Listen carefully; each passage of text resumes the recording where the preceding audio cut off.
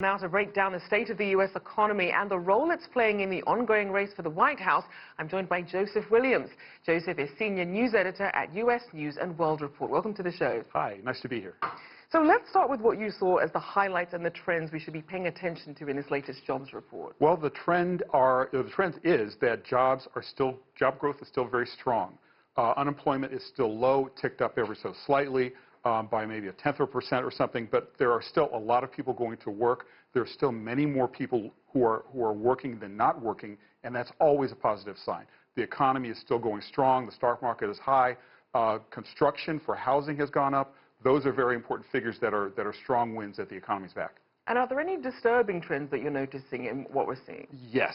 The most disturbing trend that people would point to is the fact that manufacturing is down. The manufacturing and hiring, attributable possibly to the trade war, but also possibly to the fact that we still don't have a solid agreement with China. We don't have anything that we can hang our hat on. The agreement that we have is basically broad strokes. We don't have any hard and fast deals just yet. And speaking of that, you have phase one of the China-U.S. trade deal agreed to, and also you have the U.S. ratifying the U.S., Mexico, Canada free trade deal. Canada, though, still waiting to ratify it. And then you also have now some trade issues brewing with the EU. How do you see that momentum with the trade deals affecting the jobs outlook? It's going to be tricky. Again, one thing that the market doesn't like above all else is uncertainty. We have preliminaries, but no final agreements in any of those three major trade regions. So that is going to be causing investors to pull back just a little bit and be more cautious in spending going forward, probably into the second and third quarter. It's going to cause them to be a little more careful with their money. Now, we know politically it's already been an eventful start to 2020. How much do you think we'll see that reflected in what we see with the jobs and the labor market?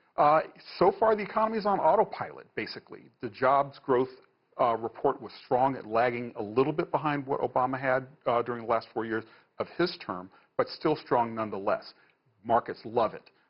It's going to be difficult politically because the Democrats have a lot of work to do in order to convince people that such a strong economy with people being hired and very significant positive job growth reports, that's going to be a tough sell to tell people why they should dismiss President Trump on the basis of the economy alone. And that's certainly going to be tough, especially as they're going into the Democratic presidential hopefuls, going into their debates. So what economic points will they need to drive home then to really counter the messaging if you already have a strong and thriving economy? Sure. Well, if I were a Democratic strategist, which I'm not, but if I were, I would tell them to emphasize the fact that the economy is not working for everyone. Behind the strong job growth numbers are some statistics where you have many more people who are working second and third jobs.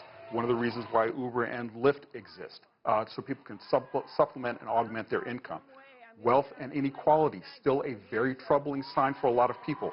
A new Pew Research study released today showed that 64% of Americans believe that this is a significant economic issue.